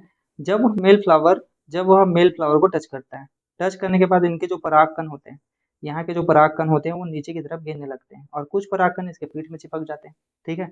तो यहाँ पे पॉलिनेशन की प्रक्रिया संपन्न हो जाती है, इधर से परागकण निकल के फीमेल वाले पार्ट में चले जाते हैं, और निषेचन की प्रक्रिया या परागन की प्रक्रिया यहाँ पे संपन्न हो जाती है, ठीक है। लेकिन कुछ जो पोलन ग्रेन्स थे, ठीक है जी, कुछ जो पोलन ग्रेन्स थे वो उसकी पीठ पे चिपके हुए थे, यहाँ पे इस तरीके से चिपके हुए थे, तो जब यह दूसरे फ्लावर में जाएगा तो वहाँ पे भी ये पॉलिनेशन करवा देगा, ठीक है। तो इस तरीके से अंजीर में या गुलर में परागन की प्रक्रिया होती है।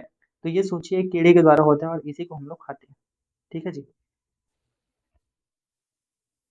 ठीक, इसके बिना इसमें पॉलिनेशन हो ही नहीं सकता, ठीक है, मतलब ये दोनों सहजीवी जीवन यापन कर रहे हैं, इसको अंडे देने के लिए इसकी जरूरत है और इसको पॉलिनेशन कराने के लिए इसकी जरूरत है, ठीक है।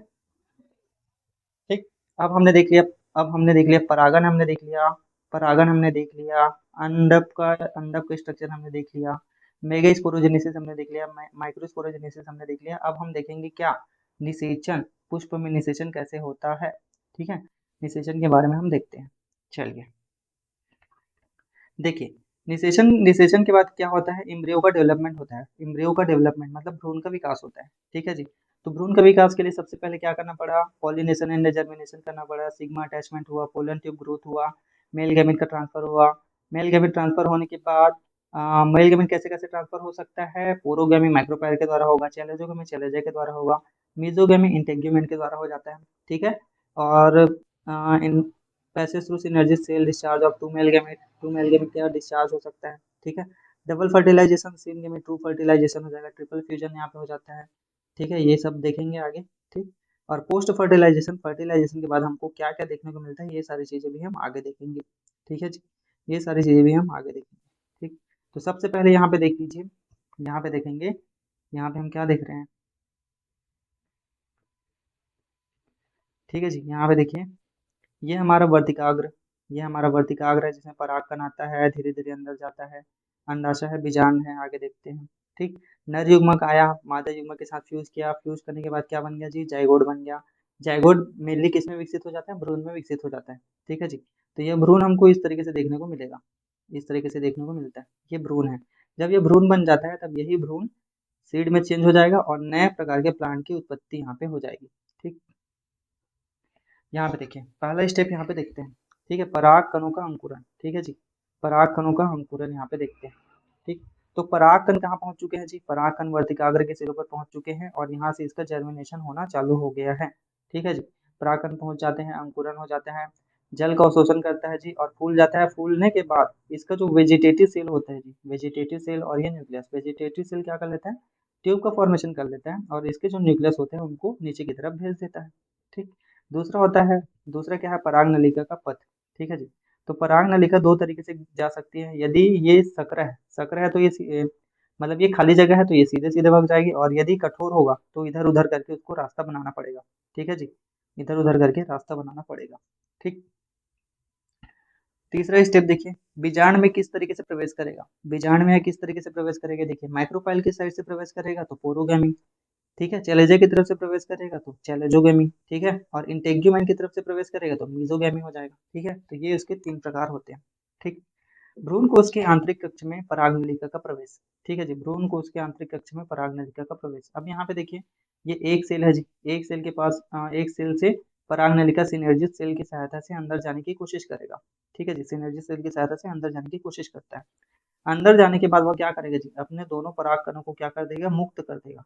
ठीक है जी, मुक्त कर देगा, मुक्त करने के बाद क्रॉस होगा, निषेचन की प्रक्रिया यहाँ पे संपन्न होगी। ठीक है, तो ये देखिए दो न्यूक्लियस है, दो न्यूक्लियस में पहला पहला जो युग्मक था वो एक सेल के साथ ट्राई करेगा, एक सेल के साथ क्रॉस करेगा, एक सेल के साथ क्रॉस करके क्या बना लेता है, जाइगोट का फॉर्मेशन कर लेता है। ठीक है जी, जाइगोट का फॉर्मेशन कर लेता है, और एक जो सेल था वो हमारे 2n मतलब डिप्लॉयड सेल के साथ क्रॉस करके क्या बना लेता है, एंडोस्पर्म का निर्माण कर लेता है। ठीक है, तो ये देखिए 2n है और ये n है, तो 2n और n दोनों मिलके क्या बना लेते हैं, 3n बना लेते हैं, मतलब इसकी संरचना क्या हो जाती है, ट्रिप्लॉइड हो जाती है इस तरीके से। ठीक है, तो ये त्रिक संलयन कहलाता है, त्रिक संलयन कहलाता है। ये क्या करता है, आगे चल के पोषण प्रदान करने की कोशिश करेगा। ठीक है, ये आगे चल के क्या बना लेता है, एंडोस्पर्म बना लेता है। ठीक, आगे देखिए यहाँ पे। ठीक है, तो ये देखिए यहाँ पे, ये नर युग्मक है जी, ये एक सेल है, दोनों क्रॉस हुए, क्या बन गया, जाइगोट बन गया। जाइगोट आगे चल के क्या बना लेगा, एम्ब्रियो का फॉर्मेशन कर लेता है। ठीक है ना, नर युग्मक अंड कोशिका दोनों मिलके जाइगोट बन चुके हैं, जाइगोट आगे चल के भ्रूण में विकसित हो जाता है।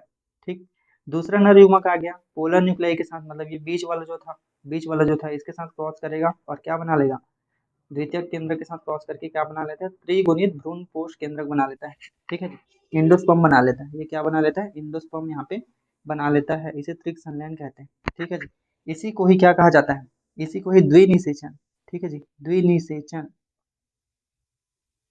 द्विनिषेचन और त्रिसंलयन कहा जाता है। ठीक है, इसी को द्विनिषेचन और त्रिसंलयन कहा जाता है। ये क्वेश्चन पूछा जाता है, पुष्पी पादपों में द्विनिषेचन और त्रिनिषेचन को समझाइए। ठीक है, 5 नंबर का क्वेश्चन है भाई। ठीक, आगे बढ़ते हैं। ठीक है, सीनगेमी, सीनगेमी किसको कहा जाता है, भ्रूण का निर्माण को सीनगेमी कहा जाता है। ठीक है, पोषण करने वालों को त्रिक संलयन कहा जाता है, दोनों के एक साथ डबल फर्टिलाइजेशन कहा जाता है। ठीक है, यहाँ पे देखिए 3n एंडोस्पर्म, ये एंडोस्पर्म बना लेगा और ये क्या बना लेता है, जाइगोट बना लेता है, यहाँ पे देखिए। ठीक, ठीक है, अब यहाँ पे निषेचन हो चुका है जी, निषेचन यहाँ पे हो चुका है। निषेचन के बाद, निषेचन के बाद पौधे के ऑर्गन से बीज और फल का निर्माण यहाँ पे होना चालू हो जाता है। ठीक है, तो यहाँ पे देखिए ये क्या बना लिया है, हमारा जो जाइगोट था, जाइगोट विकसित होकर क्या बना लिया है, सीड बना लिया है। ठीक है, और इसका जो आवरण था वो बीज का आवरण बना लिया है, और ये जो खाली जगह बचा हुआ था, ठीक है, अंडाशय की खाली जगह क्या बना लेती है, फल बना लेती है। ठीक है, अंडाशय पककर फल बना लेती है, बीजांड कठोर होकर बीज बना लेता है, युग्मनज विकसित होकर भ्रूण बना लेता है। ठीक है, क्योंकि यही भ्रूण से ही आगे चल के नए प्लांट की उत्पत्ति होगी इस तरीके से। ठीक, तो ये सोचिए यार, ये प्रकृति का कितना अद्भुत चमत्कार है जिनके बारे में हमको पता नहीं चलता, लेकिन ये प्रक्रियाएं अपने आप संपन्न हो जाती हैं। ठीक, आगे बढ़ते हैं।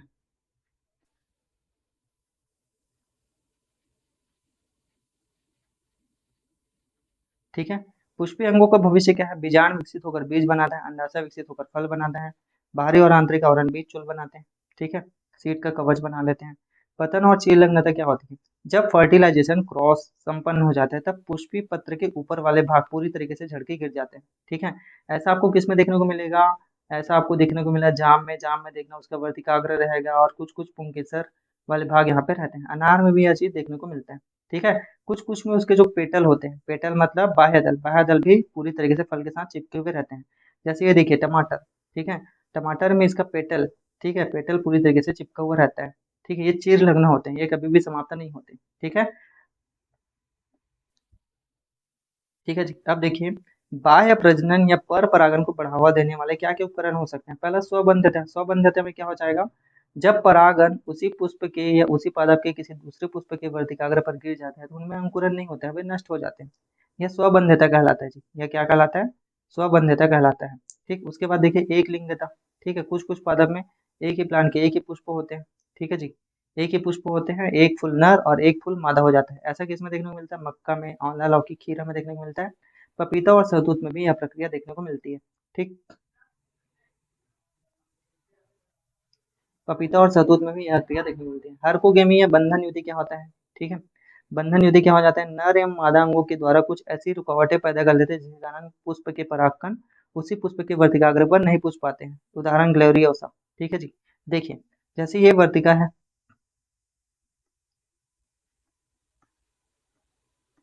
जैसे ये वर्तिका है हमारा, और यहाँ पे परागकण है।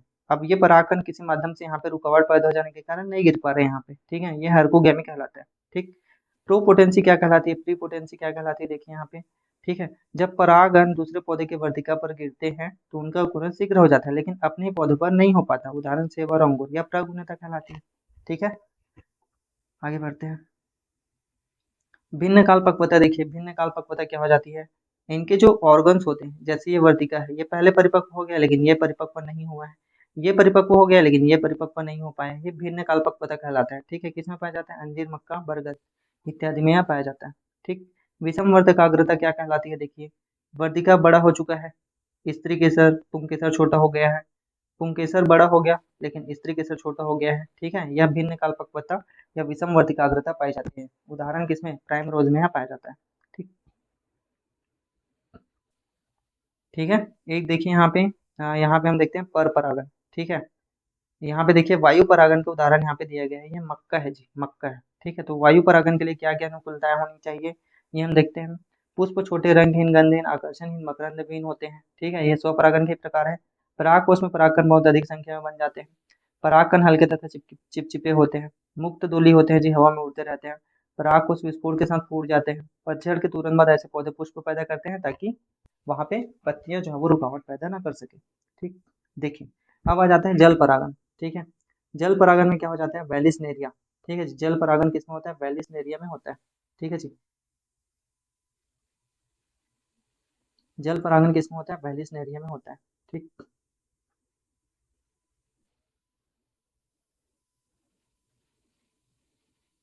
जल परागण किसमें होता है? वेलिसनेरिया में होता है जल परागण। देखिए, अब यहाँ पे देखिए, अ,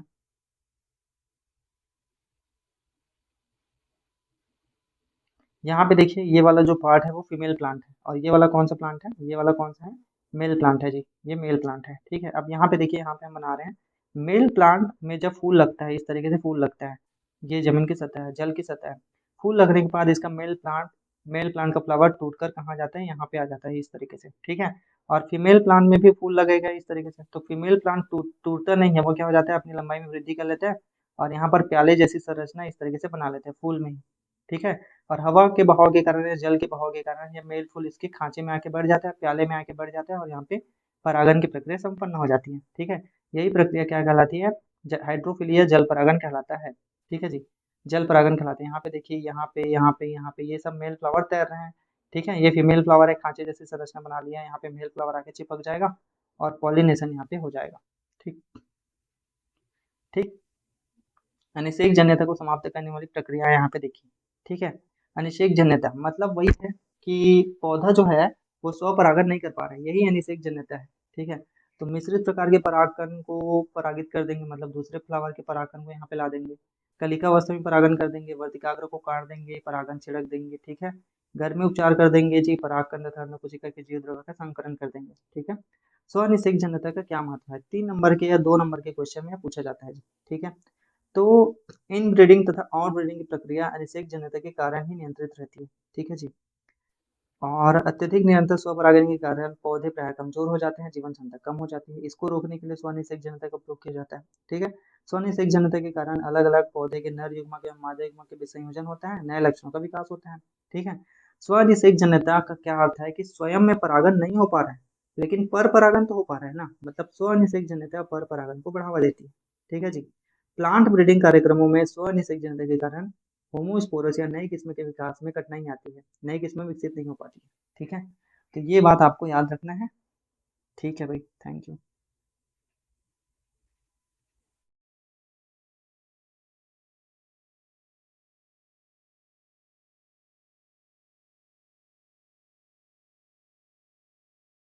चलिए अब हम चालू करते हैं एंडोस्पर्म का डिवीजन, ठीक है। एंडोस्पर्म का डिवीजन कितने प्रकार का होता है? 3 प्रकार का हो सकता है।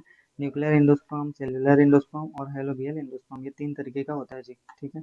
3 तरीके का यह होता है, 3 तरीके का यह होता है। न्यूक्लियर एंडोस्पर्म के बारे में देखते हैं, तो सबसे पहले देखेंगे ये वाला फोटो, प्राइमरी एंडोस्पर्म न्यूक्लियस। ये जो न्यूक्लियस है वो प्राइमरी एंडोस्पर्म का न्यूक्लियस है जी, ठीक है। प्राइमरी एंडोस्पर्म का न्यूक्लियस है, अब इसमें क्या हो जाएगा, धीरे धीरे विभाजन होना चालू हो जाएगा। तो एक कोशिका से कितना कोशिका बना? 2 कोशिका बना। 2 से कितना बनेगा? 4। 4 से कितना बन जाएगा? 8 कोशिका बन जाएगा।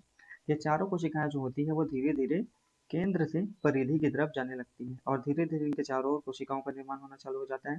यह न्यूक्लियर एंडोस्पर्म कहलाता है, ठीक है। और यह किस में देखने को मिलता है? नारियल में देखने को मिलता है जी, ठीक है। यह किस में देखने को मिलता है?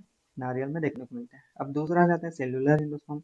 ये भी सेम ये भी सेम न्यूक्लियर एंडोस्पर्म के जैसा ही होता है, लेकिन इसमें क्या हो जाता है, कोशिका के केंद्रक के चारों तरफ, एंडोस्पर्म न्यूक्लियस के चारों तरफ कोशिकाओं का निर्माण होना चालू हो जाता है इस तरीके से, ठीक है। तो यहाँ पे देखिए 1 से 2 बना, 2 से 4, 4 से 8, 8 से 16 और धीरे धीरे उसके चारों तरफ कोशिकाओं का निर्माण होना चालू हो गया है, ठीक है। यही क्या कहलाता है? सेल्यूलर एंडोस्पर्म कहलाता है, ठीक। हेलोबियल एंडोस्पर्म में देखिए, हेलोबियल एंडोस्पर्म में देखिए हम जानते हैं कि इस तरीके से हमारा बीजांड होता है। ऐसे सीधा वाला देख रहे हैं यहाँ पे, तो ये माइक्रोपाइलर वाला है, ये चैलेजा वाला है, ठीक है। तो यहाँ पे देखिए माइक्रोपाइलर सिरा की ओर माइक्रोपाइलर चेंबर बोलेंगे, चैलेजा वाले को चैलेजल चेंबर बोलेंगे, ठीक है। तो यहाँ पे देखिए एक प्राइमरी एंडोस्पर्म न्यूक्लियस है। अब ये इसमें विभाजन हुआ तो 2 कोशिका बना, एक ऊपर की तरफ माइक्रोपोलर चेंबर में गया, एक चैलेजल चेंबर में गया।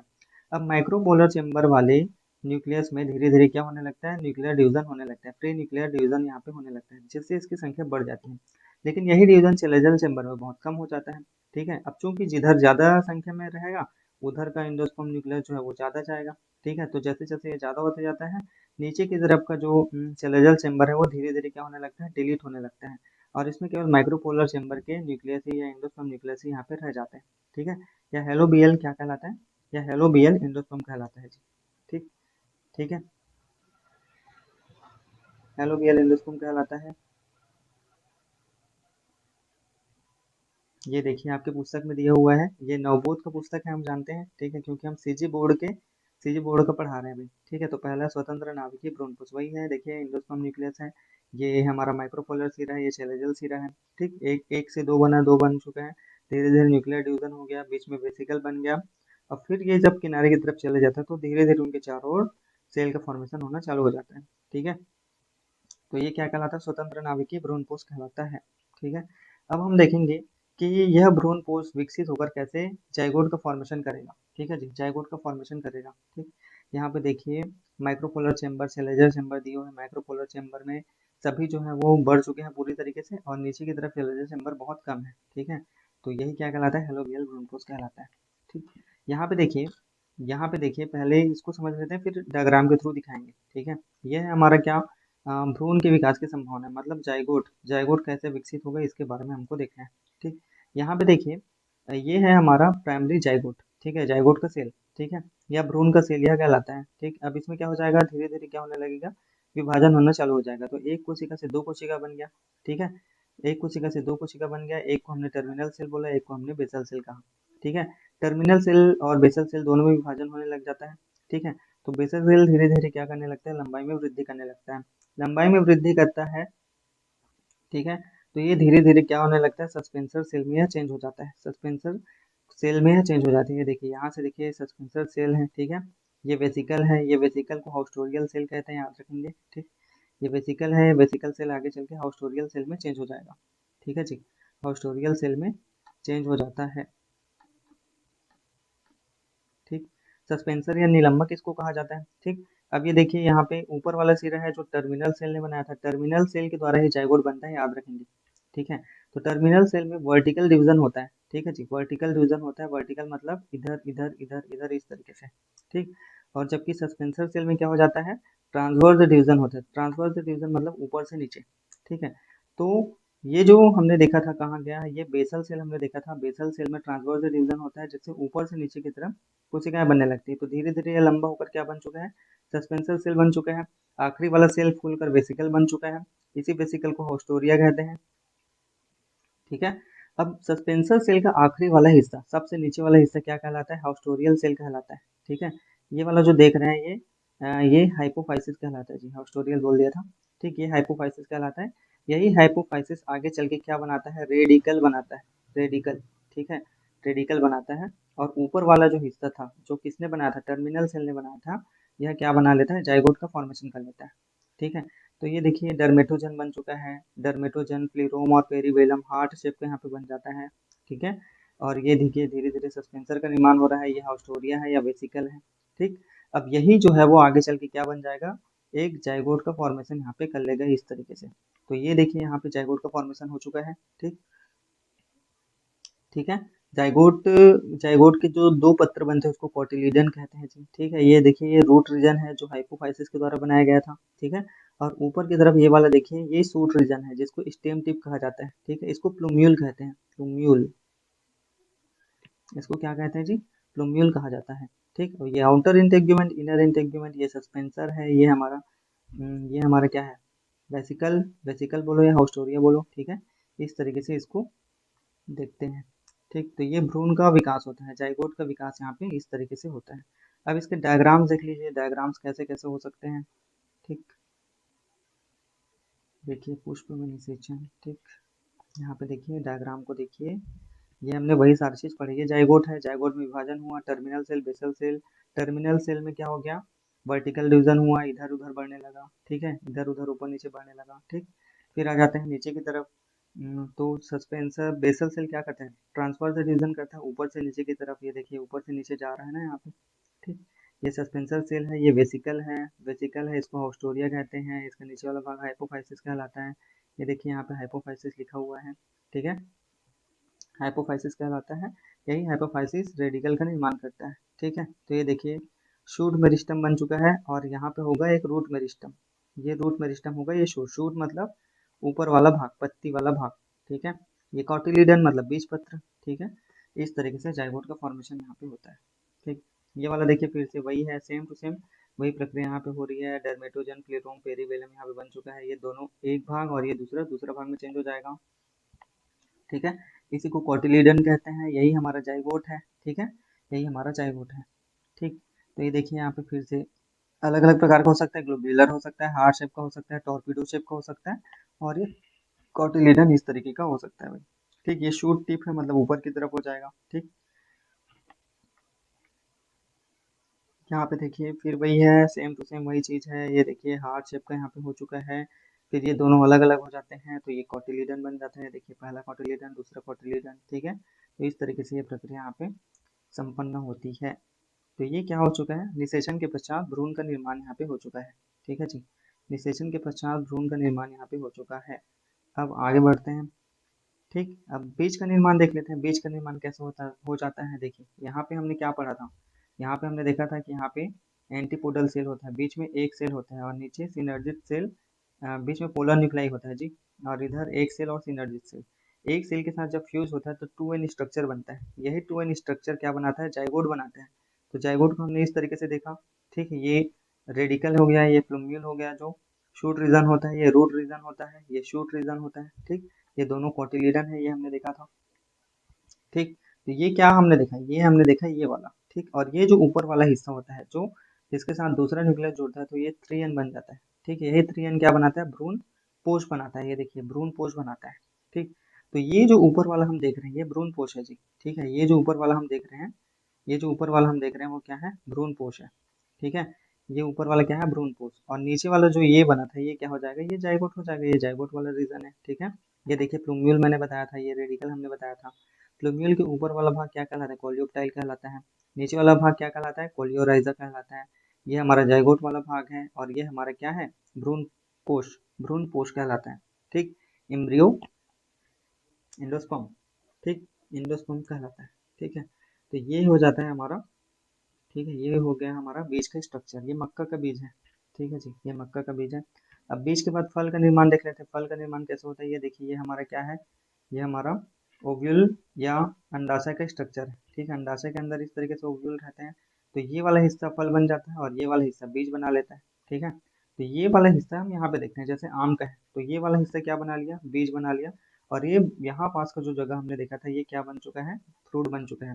फ्रूट का बाहरी आवरण इपिकार्प कहलाता है जी। ठीक है, बीच वाला गूदा वाला भाग क्या कहलाता है, मेसोकार्प कहलाता है, जो फाइब्रस होता है और डिलीशियस लगता है, खाने में अच्छा लगता है। ठीक, अंदर वाला भाग क्या कहलाता है, इंडोकार्प कहलाता है और उसके अंदर वाला भाग क्या कहलाता है, सीड कहलाता है। ठीक, सीड का निर्माण किससे हुआ है, ओव्यूल से हुआ है। ठीक है, तो ये ट्रू फल कहलाता है। ये क्या कहलाता है, ट्रू फ्रूट कहलाता है जी। ठीक है, ये ट्रू फ्रूट कहलाता है। अब फॉल्स फ्रूट में आ जाते हैं। ठीक है, यदि किसी फ्लावर का निर्माण अंडाशय के अलावा किसी अन्य जगह से हो जाता है तो वह असत्य फल कहलाता है। ठीक है, तो जो हम सेब में खाते हैं, सेब में हम किसको खाते हैं, ये वाला भाग खाते हैं। ये देखिए थैलेमस, ये थैलेमस वाला भाग हम खाते हैं। ठीक है, तो ये देखिए सेब का थैलेमस वाला भाग है। ठीक, ये सेब का कौन सा भाग है जी, थैलेमस वाला भाग है। ठीक है, सेब का ये कौन सा भाग है, थैलेमस वाला भाग है। ठीक, यहाँ पे देखिए ये ओवरी वाला भाग हो गया, ये एपिकार्प, मेसोकार्प, एंडोकार्प, इसको हम तो खाते नहीं है, इसको छोड़ो। ठीक है, हम किसको खाते हैं, थैलेमस को खाते हैं, इसलिए यह क्या हो जाता है, असत्य फल कहलाता है। ठीक है, इस वजह से यह क्या कहलाता है, असत्य फल कहलाता है। ठीक, अब अब हम आ जाते हैं पौधों में प्रजनन की विशिष्ट विधियां। ठीक है, सबसे पहले देख लेते हैं असंग जनन या पॉलीमिक्सिस। ठीक है, असंग जनन या पॉलीमिक्सिस हम देख लेते हैं।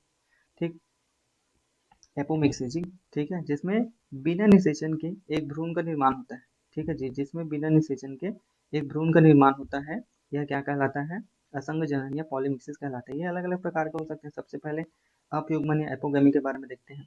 ठीक, अंडकोश को छोड़कर युग्मकोद्भिद की किसी भी कोशिका से हो जाना। ठीक है जी, एम्ब्रियो सैक को छोड़कर किसी भी कोशिका से भ्रूण का निर्माण हो जाता है तो वह अपयुग्मन या एपोगमी कहलाता है। ठीक, अपस्थानिक भ्रूणता देखिए, एडवेंटिव एम्ब्रियोनी। ठीक है, बीजांड कैसे विकसित हो जाता है या अध्यवरण से विकसित हो जाता है, जाइगोट का फॉर्मेशन हो जाता है, तब इसे अपस्थानिक भ्रूणता कहते हैं। ठीक, पार्थिनोजेनेसिस क्या है, बिना निषेचन के भ्रूण तथा नए पादपों को विकसित करना, यह अनिषेक जनन कहलाता है। ठीक, उदाहरण केला, सेब, अंगूर, नाशपाती, पपीता। ठीक है, ये हो जाता है। अब ये सारा स्ट्रक्चर हम देख चुके हैं, क्या न्यूसेलस होता है, क्या इंटेग्यूमेंट होता है, क्या जाइगोट होता है। ठीक है, क्या ओव्यूल होता है, ये हम सारा चीज देख चुके हैं। डिप्लोस्पोर देखिए, जिसमें द्विगुणित भ्रूणपोष, embryo sac, megaspore mother cell से बगैर अर्धसूत्री विभाजन के भ्रूण का निर्माण हो जाता है। ठीक है, यह द्विगुणित बीजाणुता कहलाता है। ठीक, ये रोबोट टोमेंटोसा में इस प्रकार का प्रजनन असामान्य रूप से देखा जा सकता है। ठीक,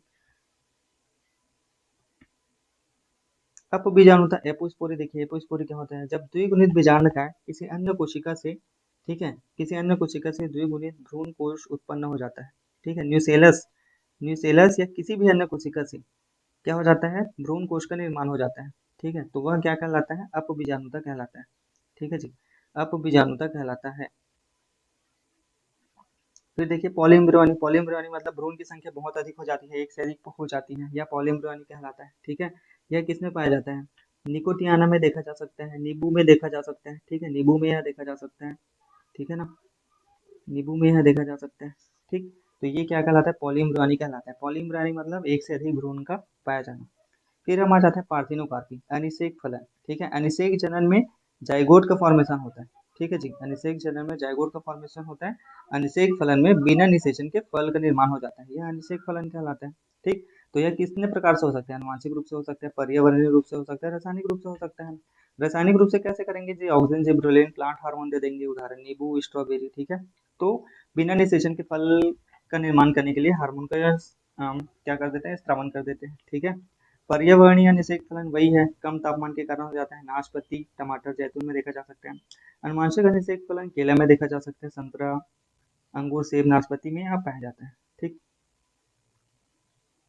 फिर हम आ जाते हैं अनिषेक फलन का आर्थिक महत्व। ठीक है, बीज रहित फल प्राप्त होंगे। अब निषेचन ही नहीं होगा तो बीज कहाँ से बन पाएगा। ठीक है, तो यह अनिषेक फलन का महत्व होता है। ग्रीन हाउस पर जहाँ पर परागण करने वाले प्राकृतिक माध्यमों पर उपलब्ध नहीं होते, वहाँ पे फलों का विकास इस विधि द्वारा किया जा सकता है। ठीक है, अब हम ऐसे क्षेत्र पे है जहाँ जीव जंतु वनस्पतियाँ बहुत कम पाई जा रही है, वहाँ पे हमको फ्रूट तो चाहिए ही, क्योंकि फ्रूट जब तक उत्पादन नहीं होगा तब तक उसको सेल नहीं कर सकते और लाभ नहीं कमा सकते। ठीक है, तो इस वजह से कई बार जब पॉलिनेशन नहीं हो पाता है या फर्टिलाइजेशन नहीं हो पाता है, तो हम हार्मोन्स का, ठीक है, टेम्परेचर कम करके या ग्रीन हाउस गैस में हार्मोन्स केमिकल का छिड़काव करके भी हम फल को प्राप्त कर सकते हैं। अनिषेक फलन वाले जो फल होंगे उसमें बीज बिल्कुल नहीं पाया जाएगा। ठीक है, तो आजकल ऐसे ऐसे फल आते हैं जिसमें बीज होता नहीं है। ठीक है, जैसे चाइना आम का देखेंगे तो चाइना आम में बीज नहीं होता है। ठीक है, नींबू में बीज नहीं होता है, अंगूर में भी बीज नहीं होता है। तो आजकल के इसी किस्म के फल होते हैं जिनमें बिना निषेचन के फल का निर्माण किया जाता है। ठीक है जी, तो इस तरीके से इस चैप्टर के यहाँ पे ख़त्म करते हैं। Thank you so much.